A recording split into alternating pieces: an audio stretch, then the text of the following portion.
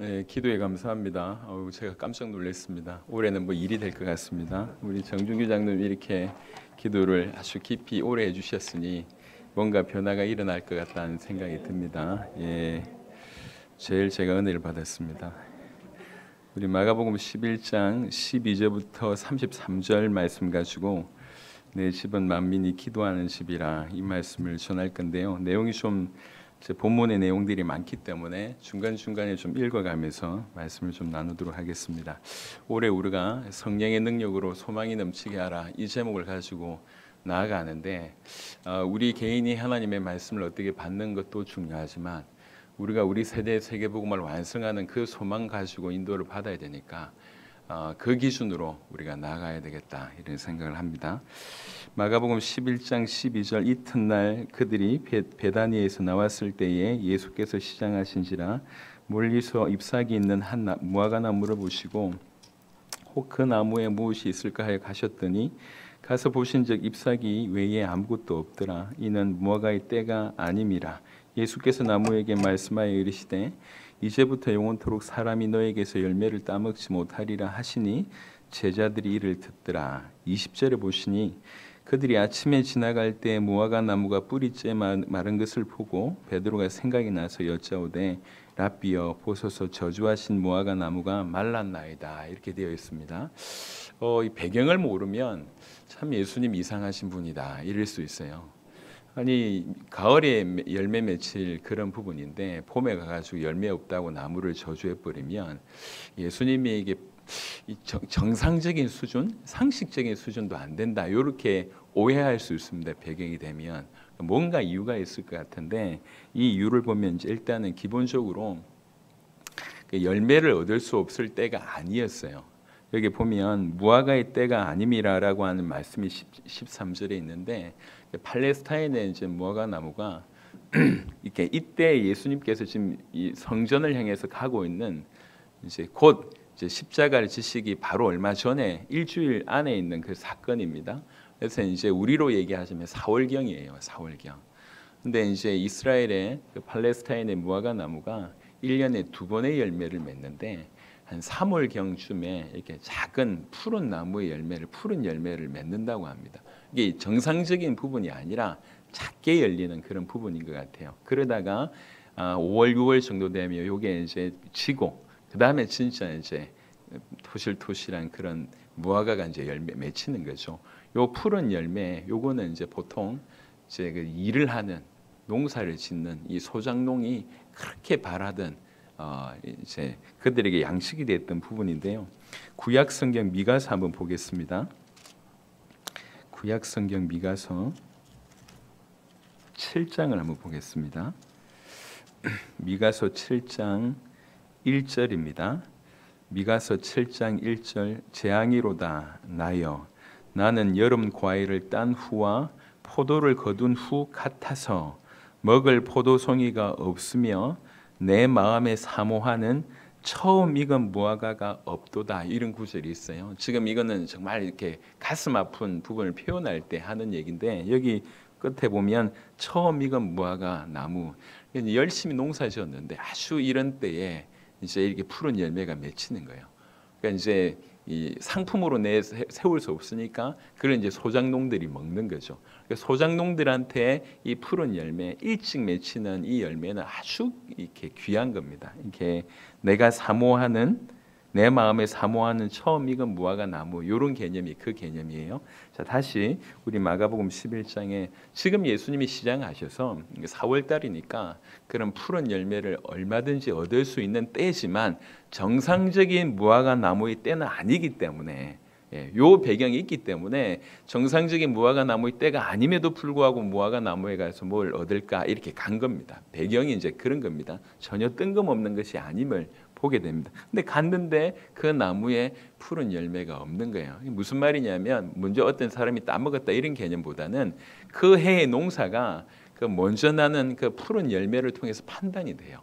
푸른 열매가 많이 맺히면 이제 이렇게 그의 수확이 좋은 거고 푸른 열매가 맺히지 않으면 그의 수확이 없는 겁니다. 근데 중요한 거는 푸른 열매가 많이 맺히든지 안 맺히든지 잎사귀는 푸르다는 거예요. 4월 달부터는 아주 잎사귀가 푸름. 그러니까 표면적으로는 잎사귀는 엄청 푸른데 열매는 없는 요게 지금 무화과 나무의 모습이고, 이걸 누굴 뜻하고 있습니까? 이스라엘의 모습을 뜻하고 있는 겁니다. 이스라엘의 모습을 뜻하고 있습니다. 뭔가 외형적으로는 엄청난데 나무의 잎사귀도 엄청나고 다 엄청난데 실상 열매가 없는 거예요. 그게 이스라엘의 모습입니다. 그리고 그 무화과 나무가 결국 저주하고 마르게 되지 않습니까? 이건 이스라엘의 임박한 진노를 얘기합니다. 표면적으로는 AD 70년에 완전 이스라엘이 망했지만 영적으로는 이제 영원한 심판에 대한 얘기까지 얘기하고 있습니다. 사실은 표면적으로 볼 때는 열매가 있는 듯하게 보이지만, 그래서 잎사귀 나무가 푸르고 뭔가 대단하게 있는 것 같은데 실상은 열매 없는 이스라엘의 모습, 이거를 예수님께서 저주하신 거예요. 오늘 새해 처음 이제 진행하면서 이제 지난 주간에는 우리가 신년의 말씀으로 성령의 능력이라고 하는 제목으로 나눴다면, 우리가 지금 마가복음을 계속 보고 있는 중에 오늘 본문이지 않습니까? 작년에 이어서. 근데 이상하게 참 안타깝게 새해를 시작하는데 계속 어떤 주님의 책망에 관한 얘기들이 좀 있습니다. 그러니까 우리가 좀 불편하긴 하지만 우리의 모습을 돌아보고, 더 중요한 거는 지금 우리는 우리 교인들 회복시키자, 잘 살자, 이게 아니잖아요. 이제 실상 성경을 통해서 세상을 봐야 되고, 성경을 통해서 교회를 봐야 되고, 성경을 통해서 지금 소위 믿는 자라고 하는 분들을 보셔야 됩니다. 비판하자는 얘기가 아니고, 그래야지 정확한 눈을 가지고 있어야지 어떻게든 도울 수가 있습니다. 세계복음은 우리 힘으로 할 수 있는 것이 아니라 다 같이 일어나야 되기 때문에 정확한 눈을 가지고 봐야지 도와줄 수가 있습니다.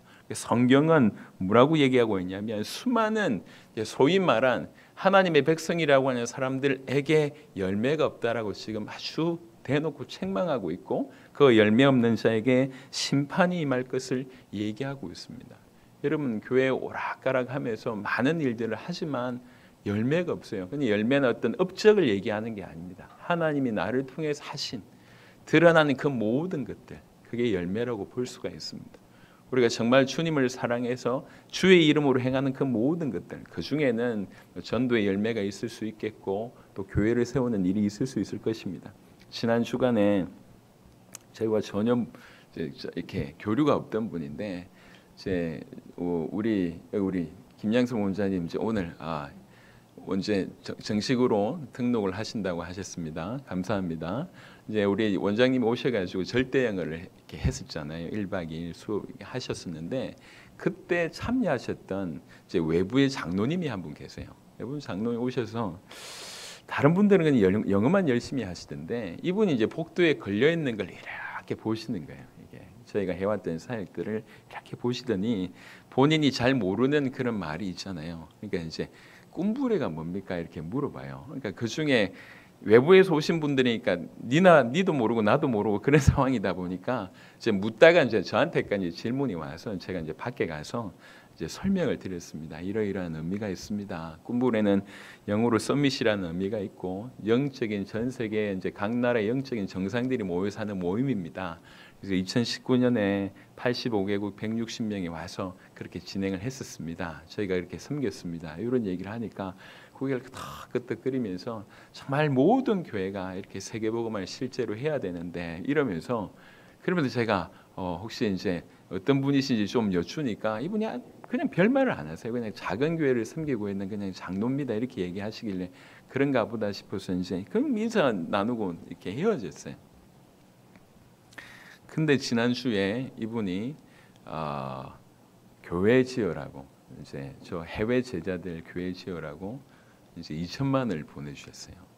그래가지고 이거를 이제 바로 네팔의 딜립 목사님하고 연결해서 이제 드렸는데, 네팔 딜립 목사님 또 2년 동안 기도하고 있던 그런 때라고 하더라고요. 너무 기가 막히게. 그래서 저희 교회 한 번 왔어요. 그러고 나서 이제 세계복음만 실제로 하는 걸 보고, 이제 이분이 돈을 보낸 이유는 그렇습니다. 자기 평생에 교회를 10개를 짓는 게 소원이래요.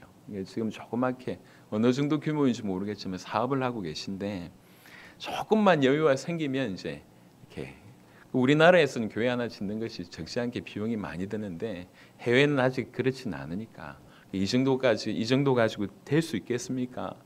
아니 그 정도면 작은 교회는 저게 좀 못 사는 나라든 얼마든지 가능합니다 하니까 이제 이렇게 해가지고 급하게 연말 연시이지만 사실 사업하시는 분들한테는 비용이 많이 들을 어떤 그런 타임인데도 이제 보내주셨더라고요. 참 감사하다. 이런 일들이 이제 벌어지니까 참 감사하다는 생각을 합니다. 우리가 하나님께서 우리 마음에 감동을 주시고 우리가 주님을 닮아가는 중에 우리를 통해서 나타나시는 하나님이 우리와 함께 계시고 우리가 그분과 동행하고 있기 때문에 우리가 정말로 복음을 알고 복음을 믿기 때문에 그 복음 대신 그리스도 예수를 따라가는 중에 맺혀지는 다양한 부분들이 딴 게 아니고 열매라고 하는 것이죠. 그런데 이스라엘 백성들에게 이 열매는 없었습니다. 외형은 아주 찬란하게 대단하게 주렁주렁 잎사귀가 맺혀 있는데 열매는 없어요. 교회 안에 정말 하나님의 열매가 없는 경우들이 많습니다. 여러분 나무에 있어서 열매는 목적이라고 해도 과언이 아니잖아요. 생존의 이유라고 해도 과언이 아니지 않습니까? 사실 그 열매 맺기 위해서 모든 것을 다름박질하는 것이 어떤 나무의 숙명이라고 해도 과언이 아닙니다. 운동선수가 좋은 어떤 이제 그 상을 받으려고 오직 그것 때문에 하지 않습니까? 얼마나 다이어트부터 시작해서 치열하게 합니까? 대부분은 다이어트에 실패하지만 운동선수들은 이를 악물고 다이어트에 성공합니다. 왜 그러냐? 그걸 위해서 그 목적을 향해서 끊임없이 달려가는 겁니다. 그런데 열매 없는 인생이 된다는 거죠. 이건 사실은 있을 수 없는 거 아닙니까? 왜 나무에 잎사귀만 주렁주렁하고 열매가 없냔 말이에요. 이게 오늘날 우리 기독 신자들의 모습 속에 너무 많음을 보게 됩니다. 그냥 교회 속에 묻혀간다고 되는 게 아니에요. 하나님은 우리는 개개인을 알고 계십니다. 우리 각각을 알고 있습니다. 우리 각각의 정말로 참으로 믿는 자로, 참으로 그리스도 예수를 아는 자로, 하나님을 닮은 자로, 하나님을 사랑하는 자로, 하나님께서 우리에게 허락하신 그 원형이라고 할 수 있는 하나님의 형상이 회복된 자로, 그러면 그 사람이 가는 길에 하나님이 드러나야 되는 것이 당연하지 않습니까? 원래 우리는 하나님의 형상대로 시험받아 하나님의 영광을 드러낼 자였습니다. 근데 이게 다 잃어버렸다가 참으로 그리스도의 그분의 죽으심과 부활의 능력으로 우리가 다시 한번 하나님의 형상을 회복하게 됐지 않습니까? 당연히 우리가 하는 걸음 속에 하나님의 형상이 드러날 수밖에 없고 하나님의 역사가 드러날 수밖에 없는데 그런 열매가 없다는 거예요. 우리가 인생을 조금 돌이켜봐야 될 것 같습니다. 우리 교회뿐만 아니라 전 세계 교회, 오늘날 교회가 딴 게 문제가 아니에요. 뭔가 외형은 많이 갖췄는데 한국 교회의 실패는 교회 안으로 끌어들이는 전도에는 성공했을지 모르겠지만 믿음에는 실패한 것 같습니다. 그래서 코로나가 터지고 난 이후에 한 20%가 교인들이 떨어져 나가고 조금 과하게 얘기하셨는지 모르겠지만 1만 개 교회가 문을 닫았다는 얘기까지 있습니다. 참으로 비통한 일이고 가슴 아픈 일이고 가슴이 미어지는 일입니다. 하지만 이것을 통해서 주시는 메시지를 붙잡아야 됩니다.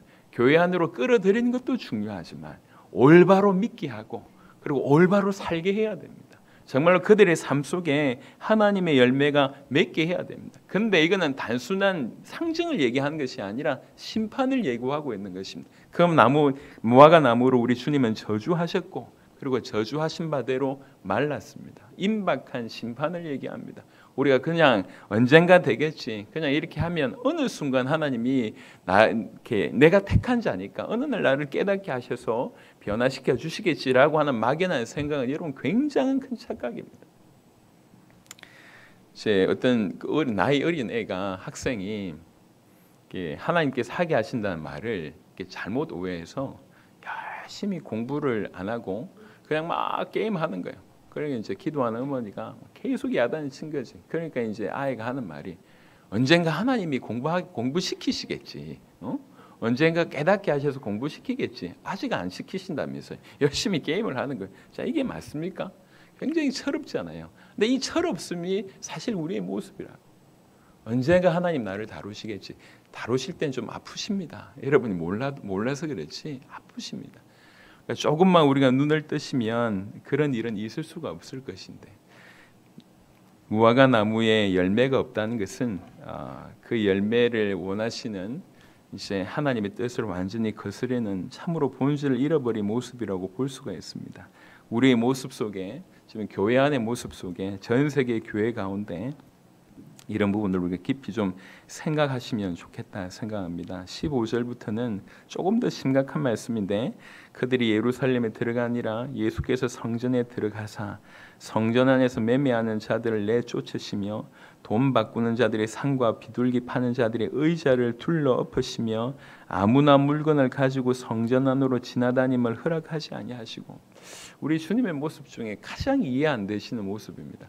많은 사람들은 사랑의 하나님으로만 알고 있습니다. 사랑의 하나님이면 이럴 수가 없다고 생각합니다. 우리 주님은 사랑의 하나님이면서 의로우신 분이십니다. 공의의 하나님이십니다. 이 주님의 분노를 우리가 조금이라도 이해할 수 있는 은혜가 있었으면 좋겠습니다. 주님이 왜 이렇게 분노하셨을까?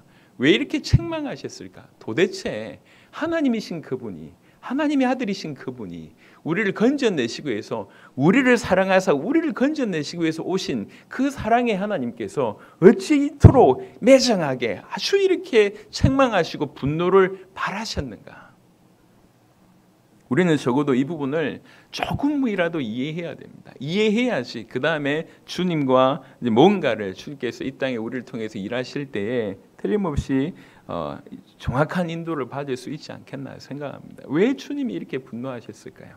여러 가지 이유가 있지만 17절에 보시면 이에 가르쳐 이르시되 기록된 바 내 집은 만민이 기도하는 집이라 칭함을 받으리라고 하지 아니하였느냐 너희는 강도의 소굴을 만들었도다 하시매 먼저는 강도의 소굴을 만들었기 때문에 이렇게 분노하시니 처음에는 좋은 의도였습니다. 이게 원래 제사를 지내려면 원래는 자기 집에서 길리우던 거 이렇게 가져와서 예배를 드려야 되는데 조건이 딱 하나 있습니다. 그게 뭡니까? 흠이 없어야 돼요. 그럼 이제 이렇게 예루살렘 가까운 곳에서 이렇게 오시는 분들은 좀 괜찮아요. 하지만 저기 이스라엘의 저 끝쪽에서 예루살렘까지 온다는 거 그때는 다 이제 걸어서 와야 되니까 짐승들 데리고 걸어서 오면 이게 며칠이 아니라 뭐 몇십일 몇 달까지 되는 경우들이 있습니다. 오다 보면 짐승이 흠이 많이 생겨요. 흠이 없이 드릴 수 있는데 흠이 없는 것을 찾기가 힘들면 또 집에 또 가야 돼. 이게 이제 엄청 번거로울 거 아닙니까? 그래서 이제 처음에는 좋은 의도로 흠 없는 것들을 와서 이제 제사 지낼 수 있도록 그냥 돈만 가지고 와서 사서 제사 지낼 수 있도록 이렇게 배려를 해준 것 같습니다. 처음에는. 그리고 또 하나는 이제 백성들이 세금을 내야 되는데 근데 성전에서 통용하는 화폐로만 이제 세금을 드릴 수가 있습니다. 그럼 와가지고 이제 돈을 바꿔야 될 거 아니에요? 그러니까 이제 좋은 의도로 그 일을 한 것 같습니다. 하지만 시간이 점점 지나면서 이게 좋은 의도가 아니라 100% 이렇게 하게끔 만든 거예요. 100%. 그래서 심지어는 자기 집에서 가져온 물건도 가져온 짐승도 통과를 안 시켜요. 이렇게 검사를 해야 되지 않습니까? 흠이 있다 없다 해야 되는데 통과를 안 시켜. 통과를 안 시키니까 예물을 드릴 수가 없잖아요. 어쩔 수 없이 100% 그 집에서 사는 것으로만 예물을 드릴 수밖에 없는 그런 일이 이제 벌어지는 거죠. 그 성전에 있으면. 그러니까 좋은 의도로 시작했는데 나중에 그것에서 착복을 하게 됩니다. 그 배경에 누가 있냐? 제사장들이 있는 거죠. 오히려 제사장들, 우리말로 얘기하면 성직자들이 이제 장사하는 사람들하고 결탁해가지고 처음에는 좋은 의도로 시작했지만 결국엔 나중에는 이제 폭리를 취하는 교회를 이용하고 성전을 이용해서 결국 유익을 추구하는 그런 일이 벌어졌습니다. 예수님께서는 대놓고 얘기했습니다. 너희가 강도의 소굴로 만들었다. 여러분 예수님께서 뭘 가장 싫어하시고 책망하시냐면 교회가 본질을 잃었을 때 해야 될 것을 놓쳤을 때 조금 더 구체적으로 얘기하자면 이렇게 세속화되는 것에 대해서 교회를 이용해서 뭔가를 하려고 하는 그러니까 교회 안도 그렇지만 세상도 교회를 이용해서 뭔가를 하려고 하는 세속화되는 것에 대해서 너무너무 분노하십니다. 책망하십니다.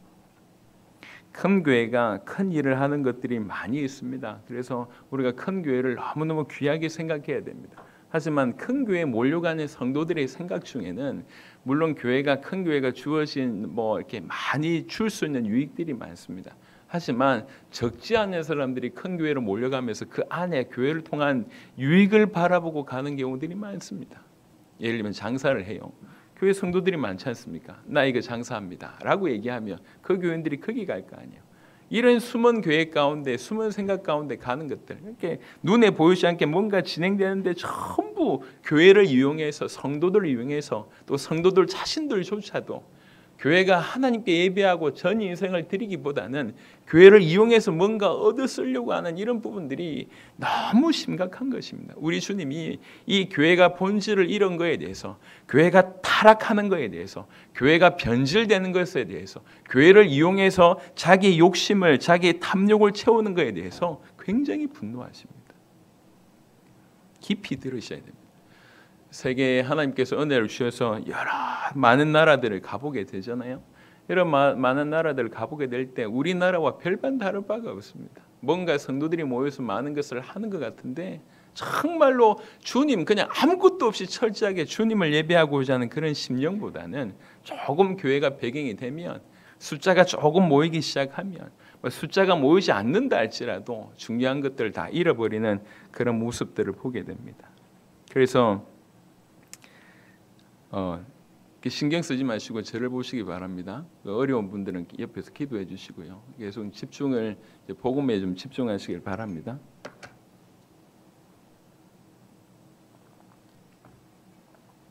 내 집은 만민이 기도하는 집이라 이렇게 말씀하셨고, 강도의 소굴을 만들었도다 얘기하셨는데, 이 강도의 소굴을 만들었도다 오죽하면 이 정도까지 얘기하시겠습니까? 교회를 통해서 유익을 얻거나 교회를 통해서 뭐 이렇게 하는 것들이, 오늘 너무 많은 사람들이 이 정도로 아주 이렇게 뭐 생각이 열려 있다고 생각할 수 있을지 모르겠지만 열려 있는 게 아니에요.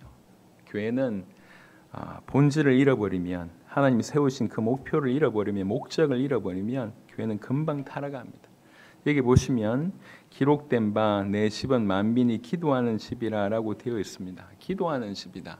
이게 무슨 뜻이냐면, 이 성전이라고 한 것이 지은 이유가 뭐냐면, 우리가 하나님과의 관계가 죄로 말미암아 끊어졌잖아요.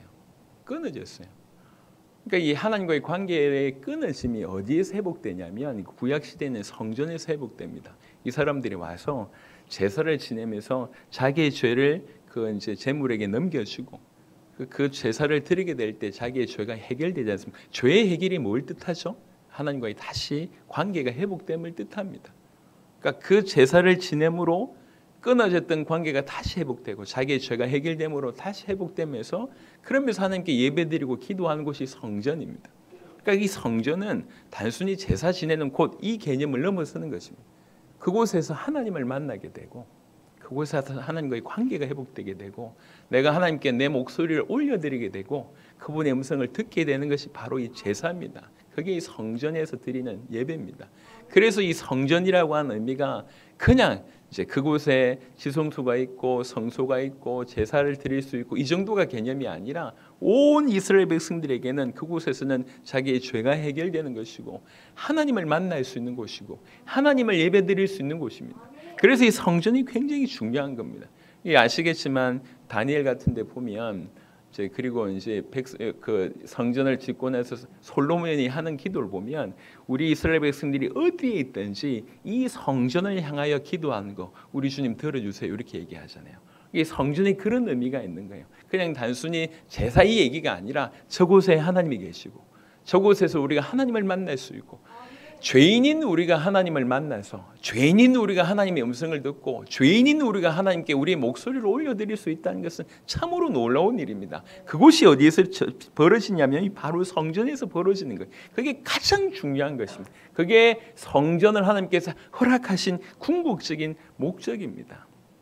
바로 이 성전은 딴 게 아니라 이렇게 하나님께 기도하는 곳입니다. 그냥 기도라고 하는 어떤 의식, 아니면 기도라고 하는 행위를 얘기하는 것이 아니라 하나님과의 관계의 회복을 얘기하는 것입니다. 하나님을 만난 것을 얘기하고 하나님께 우리 인생 전체를 드리는 것이 바로 이 기도라고 하는 그런 의미라고 하는 것이죠. 바로 이것이 우리 주님께서 우리에게 주시는 메시지입니다. 내 집은 만민이 기도하는 집이라. 우리 교회는 이 부분들을 꼭 기억하셔야 됩니다. 교회는 하나님을 만나는 장소여야 됩니다. 교회는 참으로 누구든지 예외 없이 복음을 붙들고 기도하는 곳이 되어져야 됩니다. 기도에 대한 얘기는 제가 조금 이따 말씀을 드리도록 하겠습니다. 자, 또 하나는요, 사실 이게 어떤 배경 가운데 나와 있는지 좀 얘기를 드리고 싶은데, 이거는 단순히 지금 이스라엘 백성들이 기도 안 했기 때문에 책망하거나 아니면 물건을 팔았기 때문에 책망하는 것도 있지만 그 이상을 넘었습니다. 요 배경이 어떤 배경이냐면 이 일들이 벌어졌던 곳이 이방인의 뜰이라고 하는 곳입니다. 이 성전에 이렇게 크게 있어요. 성전에 크게 있으면 저 한쪽에 성소하고 지성소가 한 건물로 연결되어 있습니다. 그리고 이 지성소와 성소와 가까운 곳에 뜰들이 있기 시작하는데 제일 가까운 뜰이 제사장의 뜰입니다. 그 다음에 이스라엘 뜰입니다. 그 다음에 이방인의 뜰입니다. 그 다음이 이 여인의 뜰이고 그 다음이 이방인의 뜰이에요. 제일 바깥에 있는 곳이 제일 크면서 제일 바깥에 있는 것이 이방인의 뜰입니다. 여러분 하나님께서 성전을 세우시라 명령하셨는데 성전에 뭐가 있냐면 성전 안에 이방인의 뜰이 있다는 거예요. 이게 상징하는 바가 큽니다. 이사야 56장을 한번 보겠습니다.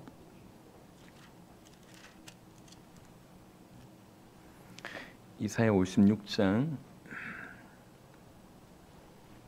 6절과 7절 이사야 56장 6절과 7절입니다. 또 여호와와 연합하여 그를 섬기며 여호와의 이름을 사랑하며 그의 종이 되며 안식일을 지켜 더럽히지 아니하며 나의 언약을 굳게 지키는 이방인마다. 지금 누굴 얘기합니까? 이방인을 얘기하는 거예요. 이방인 중에 여호와와 연합하고 여호와를 섬기며 여호와 이름을 사랑하며 그의 종이 되며 안식일을 지켜 더럽히지 아니하고 나의 언약을 굳게 지키는 이방인마다. 지금 이게 어떤 시대에 얘기하고 있습니까? 구약 시대 때 하는 말씀입니다. 이사야가 지금 하는 말씀입니다. 이스라엘 백성들이 다 자기들의 선민이고 죄송하지만 다른 모든 이방인들은 개라고 여겨지고 있는 바로 그때에 하나님께서 이사야를 통해서 이렇게 말씀하신 거예요. 처음부터 우리 주님은 전 세계에 대해서 전 세계를 살릴 것에 대해서 이미 말씀하고 계십니다. 이런 이방인마다 7절에 내가 곧 그들을 나의 성산으로 인도하여 기도하는 내 집에서 그들을 기쁘게 할 것이며 그들의 번제와 희생을 나의 제단에서 기꺼이 받게 되리니 이는 내 집은 만민이 기도하는 집이라 일컬음이 될 것임이라. 이렇게 나왔습니다. 자, 여기에 포커스가 어디에 있습니까? 기도에 있습니까? 아닙니다. 만민에게 있습니다. 기도에도 포커스가 있지만 사실 이 배경의 본 배경은 뭐냐면 만민이 올 거라는 거죠. 만민이 내 집에 와서 기도하게 될 거라는 얘기입니다. 이게 우리 주님께서 말씀하신 거예요. 이 만민, 모든 이방인들을 포함하는 것입니다. 전 세계를 포함하고 있습니다. 우리 주님은 이 기도, 이 집이 만민이 와서 기도하는 집이 된다. 전 세계가 복음화되어져서 하나님께 영광 돌리는 바로 이것을 처음부터 말씀하시는 것입니다. 그게 오늘의 이 의미입니다. 그래서 다시 마가복음 11장에 돌아가면 이런 의미로 성전 안에 이방인의 뜰이 있었던 거예요. 근데 이방인의 뜰에서 장사하고 있는 거예요. 이방인들이 와서 예배하고 하나님을 찬양하고 하나님을 만나야 될 그 장소에 철저히 그것을 배제하면서 자기들끼리 자기 편리를 위해서 자기 유익을 위해서 자기 탐욕을 위해서 철저하게 이방인들을 다 배제하고 지금 그러고 앉아 있는 거예요. 우리 예수님께서는 그냥 단순히 이렇게 물건 팔기 때문에 화를 내신 게 아니에요. 진짜 하나님의 뜻을 모르는구나. 물론 우리 주님이 교회의 본질을 잃어버려서 기도하지 않음에 대해서 하나님과의 올바른 관계를 맺지 않음에 대해서도 지금 책망하셨습니다. 그리고 교회를 세속하고 이 교회를 통해서 자기 유익과 탐욕을 취하고자 하는 자들에게도 책망하셨습니다. 하지만 더 근본적인 이유 중에 하나가 뭐냐면 이 이방인의 뜰을 아예 잃어버리게 만드는, 이방인들이 몰려와서 하나님께 예배드리게 만드는 그것을 아예 원천 차단하게 되는 이런 중요한 것들에 대해서 지금 아주 심각하게 책망하고 있는 것입니다. 교회는 만민이 몰려오는 곳이 되어야 됩니다. 만민이 기도하는 집이 교회여야 합니다. 여러분, 교회는 그런 곳이어야 합니다. 그래서 교회가 만민을 향해서 열려져 있지 않는다고 하면 교회는 교회의 의미가 없다고 해도 과언이 아닙니다. 교회는 반드시 이방인의 뜰이 있어야 됩니다. 이방인을 위해서 교회는 움직여져야 된다는 것이죠. 이게 교회의 진정한 의미 중에 하나입니다. 그래서 만민이라고 하는 것들을 꼭 기억하시고 만민이 함께 모여서 기도하는, 예배하는, 하나님과의 관계를 참으로 회복하는 그 집이 바로 우리 주님이 원하시는 교회, 우리 주님이 원하시는 성전의 진정한 의미라고 해도 과언이 아닙니다. 이방인의 뜰, 그래서 이것은 어떻게 보면 처음부터 하나님께서 행하신 아주 자비의 어떤 그런 전 이방인들을 살리시고자 하는 자비의 표현이라고 얘기할 수 있습니다. 그래서 표면적으로는 예수님의 정화 사건이 성전을 불결하게 만들고 성전을 잘못된 의도로 사용하기 때문에 어떤 성전 정화 사건을 일으킨 것 같지만 사실 그 이면에는 전 세계를 사랑하고 계시는, 전 세계가 주님 앞에 몰려오기를 원하시는, 전 세계를 향한 그런 주님의 마음이 쫙 녹아져 있는 것이 바로 이 표현입니다. 그러니까 분노하지 않을 수가 없는 거예요. 전 세계를 건져야 되는데 죄송합니다. 이것들이 지금 교회 안에서 잘 먹고 잘 살 국리만 하고 앉아 있고, 자기들 유익만 구하고 앉아 있고, 이방인을 위한 자리 전혀 배제하지 않고 열어두지 않고, 어떻게 하면 잘 먹고 잘 살까만 고민하고 있고. 제가 지금까지 적지 않은 교회들을 이제 보면, 여러분 세계복음화 선교하는 것은요, 돈이 나중에 남아 돌아서 선교한다. 그건 처음부터 틀린 얘기입니다. 처음부터 틀린 얘기입니다. 그래도 우리나라에 가장 선교사를 많이 보냈던 저 교회 중에 하나가 전주의 안디옥이라고 하는 교회입니다. 깡통교회라고 불려집니다. 실제로 교회가 그런 이렇게 대단한 건물이 아니라 거의 깡통처럼 이렇게 지은 그런 교회예요. 근데 거기에서 정말로 수많은 선교사들을 파송합니다. 교회 예산 중에 거의 60% 70%를 그렇게 계속 들여왔던 교회입니다. 그 한 교회를 통해서 얼마나 많은 선교사들이 배출되었는지 모릅니다. 교회의 존재 이유가요, 정확하게 아셔야 됩니다. 수많은 교회가 지금 이렇게 이방인의 뜰을 잃은 상태로 살아가고 있습니다. 교회가 전도가 끊어지고 선교가 끊어진다고 하면 하나님께서 그 교회를 쓰실 이유가 없습니다. 이건 생각보다 굉장히 중요한 일입니다. 너무너무 중요한 일이다 이렇게 여기십니다. 말 나온 김에 조금 더 얘기를 좀 하자면 성경을 보겠습니다. 고린도전서 3장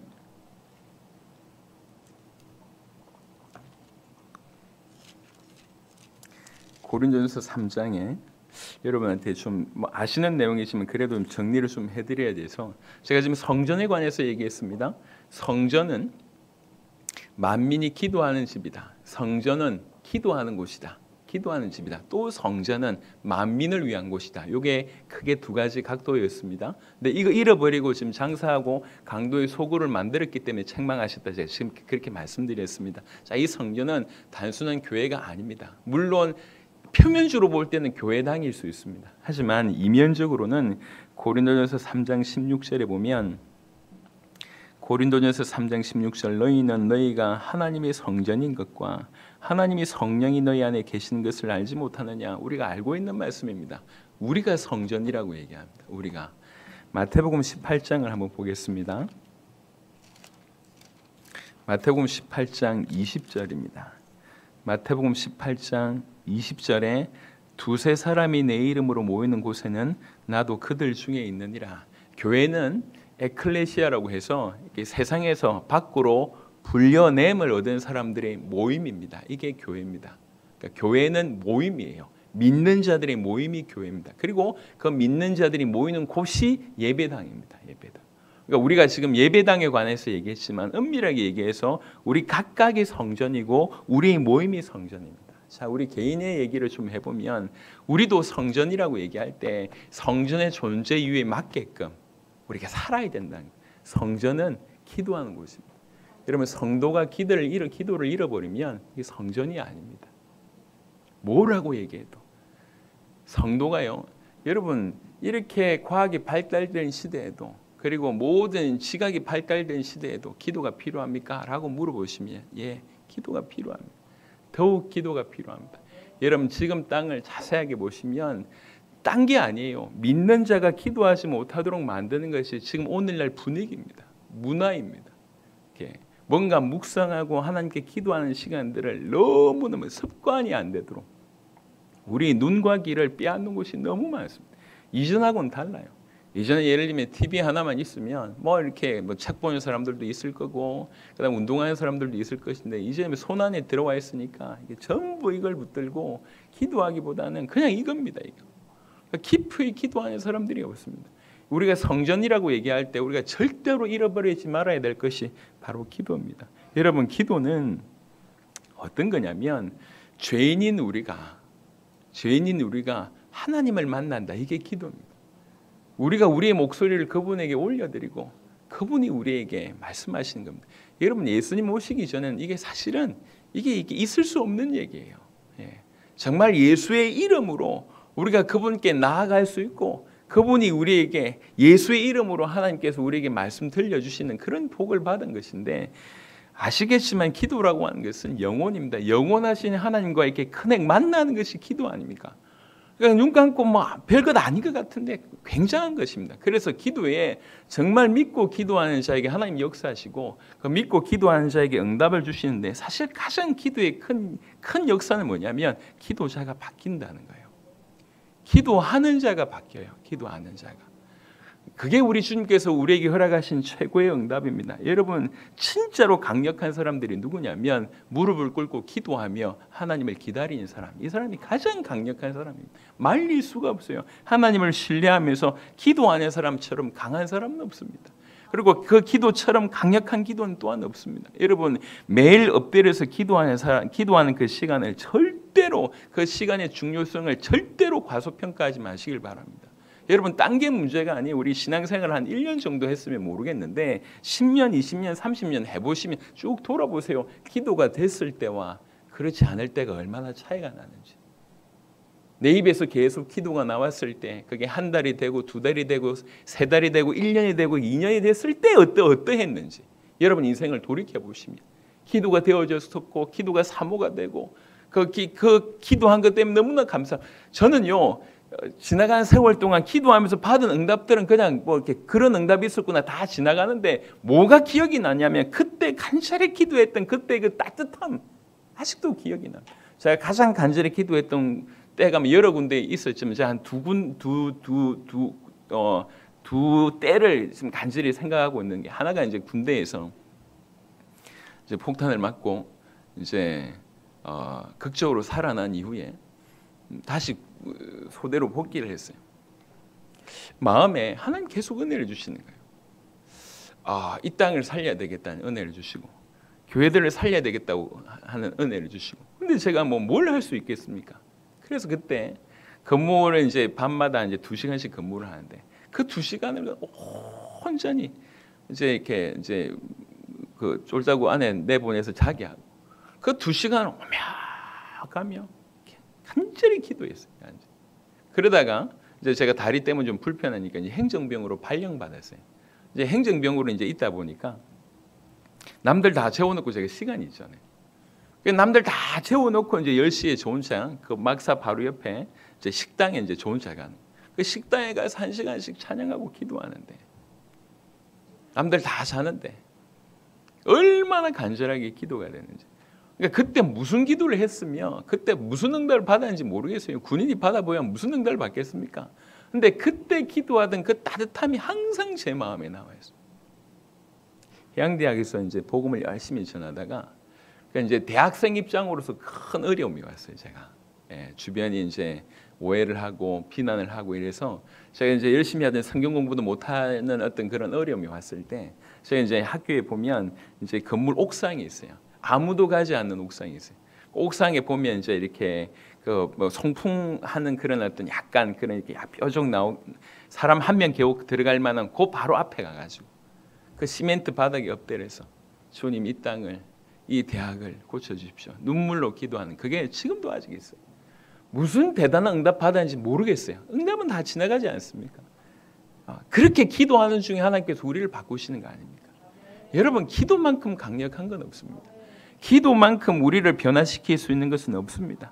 매일 기도하는 그 시간, 여러분 돌이켜보면 그 시간이 우리를 바꿔요. 여러분 하루에 5분 10분 투자해서 기도하는 것이 별반 대수롭지 않을지 모르겠지만 이게 쌓여져 갈 때 그 기도가 여러분을 지킵니다. 기도하는 부모님 때문에 자녀가 바뀌는 거예요. 암만 뭐라고 해도 그렇습니다. 안 바뀔 것 같은데 기도하는 부모님 때문에 자녀가 바뀌어요. 여러분 뭐 기도 제목을 이렇게 모일 때마다 똑같은 기도 제목일지 모르겠지만 모일 때마다 똑같은 정말 주님을 사모하는 중심으로 들은 기도, 그 기도 하나님 기뻐하십니다. 교회는 얼만큼 기도하느냐에 따라서, 성도들은 얼마나 기도하느냐에 따라서 달라집니다. 기도하는 자세를 취한 인간의 영혼에서 일어난 치유는 얼마나 경이로운지 모릅니다. 얼마나 놀라운지 모릅니다. 그 변화는 참으로 영원하다고 해도 과언이 아닙니다. 매일 엎드려서 기도하는 사람들은 천국의 삶을 매일 맛보고 있는 사람입니다. 너무 환경이 어려움에도 불구하고 눈만 감으면 천국이 열리는 거예요. 천국이. 별반 대수롭지 않을 것 같지만 이 기도가 1년 지속되고 2년 지속됐을 때는 본인도 몰라요. 엄청난 변화가 있습니다. 여러분 기도가 끊이지 않는 그런 은혜가 있길 바랍니다. 기도를 쉬는 죄를 범치 않게 되길 바랍니다. 신앙생활 10년, 20년, 30년쯤 하면 통밥이 있어요. 이렇게. 교회에서 어떻게 행동하면 되는지 다 통밥이 있습니다. 여러분이 통밥으로 행동하는 걸 우리 주님이 통밥으로 알고 계십니다. 다 알고 계세요. 어떻게 하는지. 우리 삶에 하나님이 얼마든지 풍성한 열매를 맺힐 수가 있는데 제가 아침에 이면수 목사님께서 제 글을 올리셨더라고요. 지금 오늘은 거창에 이제 간대요. 거창에 어떤 교회를 간다면 그러면서 그 교회를 소개해요. 거창 좀 유명, 거창 고등학교 이런 고등학교에서 유명하잖아요. 거창 인구가 6만 명밖에 안 된대요. 근데 그 중에 저도 처음 들어보는 교회를 가는 거예요. 그 거창에 있는 그 교회를 가는데 얘기를 해주시는 거예요. 그 거창에 있는 그 교회가 크지 않는 교회가 20년을 그냥 주일학교에 올인한 거예요. 그러니까 6만 명이 주민 전체인데 그 주일학교가 1,000명이라. 1,000명. 그러니까 아이들을 살려야 되겠다. 온 성도가 똘똘 뭉쳐가지고 생명 걸고 하는 거예요. 귀하구나. 이게 사람의 노력으로 되는 게 아니지 않습니까? 정말 기도하는 중에 하나님께서 쓰시기 때문에 그런 일들이 일어나지 않았나 이렇게 생각을 합니다. 여러분 또 중요한 것은 우리가 성전이잖아요. 우리는 당연히 기도하는 바로 그런 곳이 돼야 되고 또 우리가 성전이라고 얘기할 때 우리 안에도 이방인의 뜰이 있다는 거예요. 좀 확장해서 해석해 보면, 그러니까 우리가 우리의 사역을 하면서 우리가 구원받은 자의 삶을 살면서 우리 안에서 이방인의 뜰을 제하는 인생은 이 비극입니다. 비극. 우리는 반드시 우리로 말미암아 이방인들이 죽게 돌아올 수 있는 그런 역할들을 해야 됩니다. 그게 시간을 투자하든지 중심을 투자하든지 간에 나는 못한다고 하는 모든 생각을 버려두고 어찌하든지 지금 이제 얼마 전에 했던 분들이 지금 한참 어려운 분들이 쪽방촌에 있는 분들이잖아요.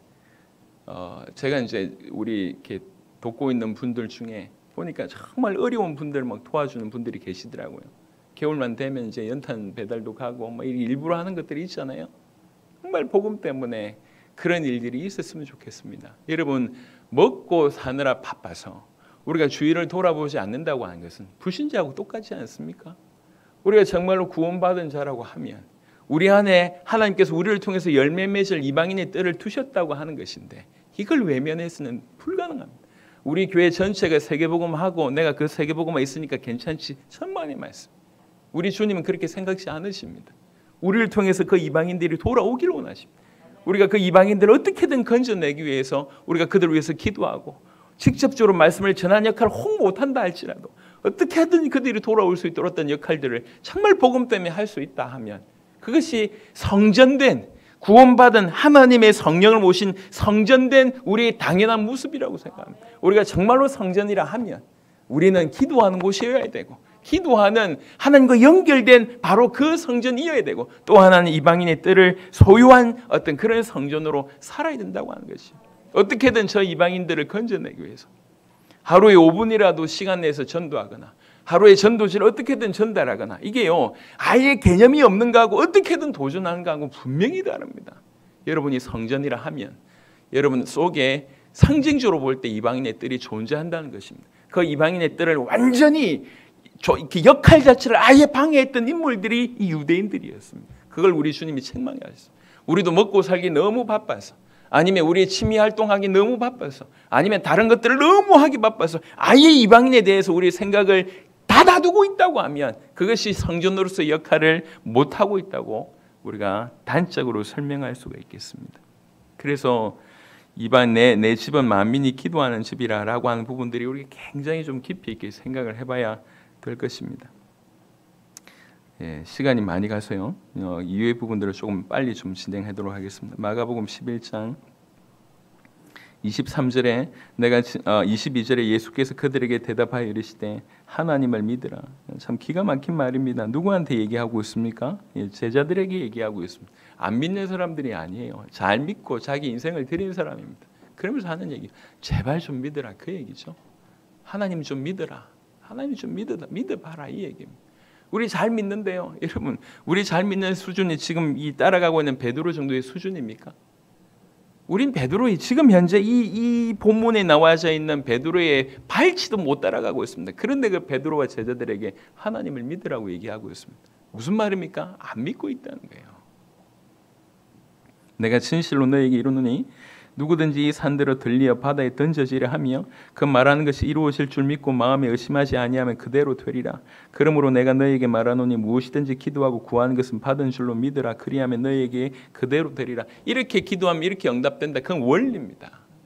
그거는 우리가 좀 생각해 봐야 될 게, 이 본문은 뭘 뜻하냐면 하나님에게 그런 능력이 있다는 얘기고, 진실로 하나님을 그렇게 믿으면 하나님께서 그렇게 역사하시겠다는 거예요. 그게 기도의 의미입니다. 네가 이렇게 기도했으니까 이렇게, 이게 뭐 그냥 과학을 얘기하는 게 아니에요. 우리 주님은 믿기를 원하십니다. 너희가 진짜로 믿고 기도하면 그 믿음을 하나님 귀하게 받으시고 하나님이 응답하시기를 원하고 계시기 때문에 너희가 진실로 기도한다면 얼마든지 주겠다는 거예요.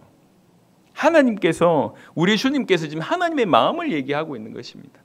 서서 기도할 때 아무에게나 혐의가 있거든 용서하라. 그리하여야 하늘에 계신 너희 아버지께서도 너희 허물을 사하여 주시리라 하시니라. 여러분, 기도는 다른 말로 관계입니다.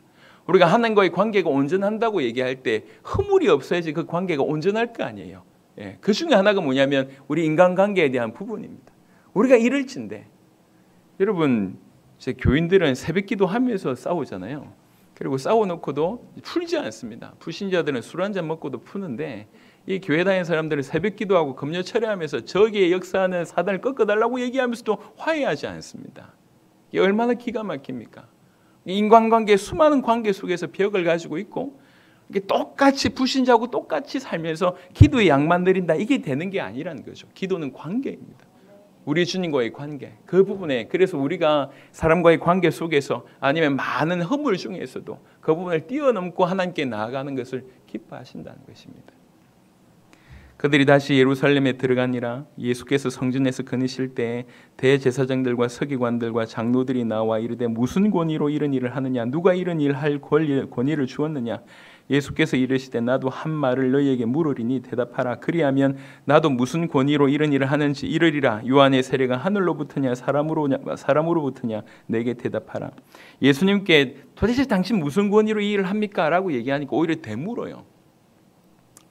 세례 요한을 얘기하는 거예요. 왜 그랬냐면 세례 요한은 백성들이 다 하나님께로부터 온 자다, 하나님이 보내신 자다라고 하는 것이 세례 요한에 대한 인식이 다 이스라엘 사람들에게 있습니다. 그걸 물어본 겁니다. 31절 그들이 서로 의논하여 이르되 만일 하늘로부터라 하면 어찌하여 그를 믿지 아니하였느냐 할 것이니 그러면 사람으로부터라 할까 하였으나 모든 사람이 요한을 참 선지자로 여김으로 그들이 백성을 두려워하는지라. 이러지도 못하고 저러지도 못하는 거예요. 저 요한의 세례가 하늘로부터라고 얘기하면 야 그런데 너희 왜 안 믿어? 이렇게 얘기할 거고, 사람으로부터라고 얘기하면 사람들이 무슨 소리 하냐면서 이렇게 들고 일어날 거니까 이러지도 저러지도 못하는 상황에 대답을 못하고 입니다. 이에 예수께서 대답하여 이르시되 우리가 알지 못하노라 하니 예수께서 이르시되 나도 무슨 권위로 이런 일을 하는지 너에게 이르지 아니하리라 하시니라. 예수님을 눈으로 보고도 예수님을 누군지 알지 못하는 이런 비참한, 딴 게 문제가 아니에요. 예수님이 그렇게 많은 것들을 통해서 당신이 그리스도이심을, 하나님의 아들이심을, 우리의 구세주이심을 여과 없이, 하나도 숨김없이 여과 없이 보여주셨음에도 불구하고 전혀 모르는 거예요. 볼 수도 없고 믿지도 않고. 이게 유대인들의 모습입니다. 이게 지금 우리와 무관하냐면, 무관하다면 기록되지 않았을 겁니다. 이게 지금 우리에게도 동일하게 말씀하고 계십니다. 여러분, 바람은 눈으로 볼 수가 없어요. 하지만 우리가 바람이 있다는 걸 알고 있지 않습니까? 그 중에 하나가 뭐냐면 나무 가지가 이렇게 흔들리는 걸 보면서 알 수가 있는 거 아닙니까? 그러니까 우리가 예수님을 지금도 눈으로는 볼 수 없습니다. 물론 성령도 눈으로 볼 수 없습니다. 하지만 예수님이 행하심이, 예수님이 드러나심이 마치 이 나무 가지가 흔들리면서 바람이 존재한 것처럼 지금 우리 가운데 있지 않습니까? 어떻게 이 크지 않은 교회 하나를 통해서 10년이 안 되는 곳에, 안 되는 시간 동안에 전 세계 100개국 이상의 제자들이 일어나서 100개국 이상의 제자들을 통해서 세계복음화가 되고 있냐? 이게 우리 힘입니까? 우리 힘이 아니잖아요. 마치 지금 나무 가지가 흔들리는 것처럼 바람이 틀림없이 존재하구나를 우리에게 보여주고 계세요. 하나님이 우리를 사랑하셔서 우리를 통해서 일하고 계심을 그렇게 나타내 보이셨잖아요. 이렇게 보여주셨음에도 불구하고 그 시대의 수많은 사람들이 예수님의 기적에 놀랐을지는 모르겠지만 믿지는 않았습니다. 이게 유대인들의 모습입니다. 참으로 안타깝다. 참으로 안타깝다. 깨닫는 은혜가 있길 바랍니다. 하나님께서 우리에게 눈을 열어주시고 귀를 열어주셔서 그 귀중한 일들에 정말로 쓰임받는 그런 은혜가 있었으면 좋겠습니다. 내 집은 만민이 기도하는 집이라. 여러분 잘 새기시길 바랍니다. 마지막으로 하나를 더 첨언하면 우리 주님이 이렇게 말씀하셨어요. 우리 주님이 교회를 그렇게 보신다는 거예요. 기도하는 집으로 보신다는 거예요. 다른 각도로 지금 제가 얘기하는 겁니다. 기도하는 집으로 보신다는 거예요. 그래서 조금 그냥 단순하게 얘기해서 여러분 할 수만 있다면 교회 와서 기도하십시오. 우리 주님이 그렇게 보신다는 거예요. 이 교회를 기도하는 집이라고 보신다는 거예요. 정리를 하면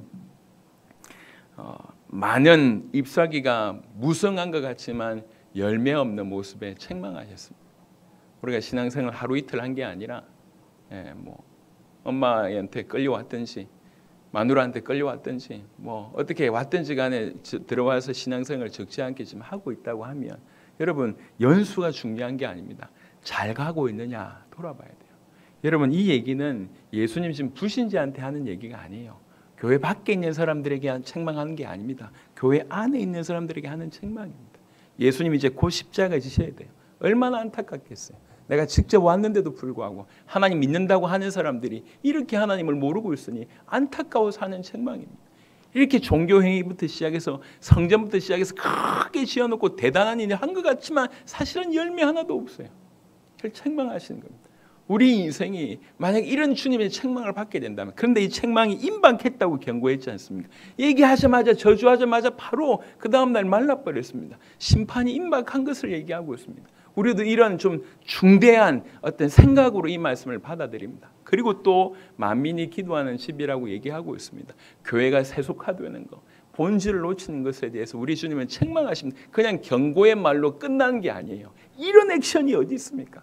그 사랑의 예수님이 이렇게 완전히 두 팔 걷어붙이고 상을 엎어버리고 동물들을 쫓아내버리시고 이런 거대한 그 생에 없었던 일을 이 정도로 책망하시고 당신의 분노를 발하셨습니다.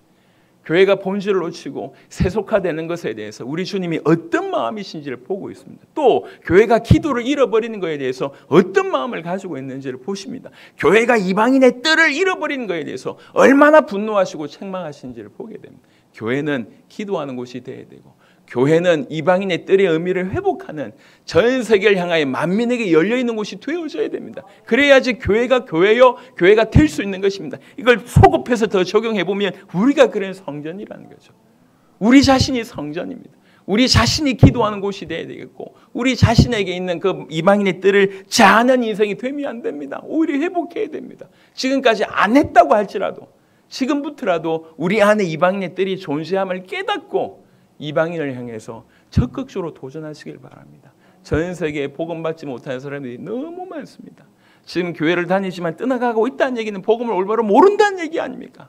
도와줘야 됩니다. 복음 전에서 살려야 됩니다. 여러분 예수 믿는다고 하는 것은 죽어서 천국 가는 게 아닙니다. 그 정도가 아니에요. 이 땅에서 하나님과의 그 천국의 축복을 누릴 수가 있는 것입니다. 지난 세월 동안에 엄청난 일들이 많았습니다. 충분히 낙심하고 실망한 일들이 너무 많았습니다. 많은 사람들이 제가 아프게 했고 또 그들을 통해서 제가 많이 아팠습니다. 너무 많은 일들이 있었습니다. 하지만 지나간 복음 들고 뛰었던 30년 동안 힘들었다고 하는 기억이 별로 없습니다. 분명히 환경은 어렵고 그때그때마다는 큰 상처였는데 힘들었다는 기억이 별로 없어요. 그냥 재밌다고 하는 기억밖에 없습니다. 하나님이 보호하신 것이죠. 큰 목사님들 앞에서 목회 재밌다고 얘기하면 충분히 야단들을 일이지만 그럼에도 불구하고 고백할 수 있습니다. 너무 감사하다. 너무 감사하다. 지난 세월 동안 하나님께서 이렇게 지키셨습니다.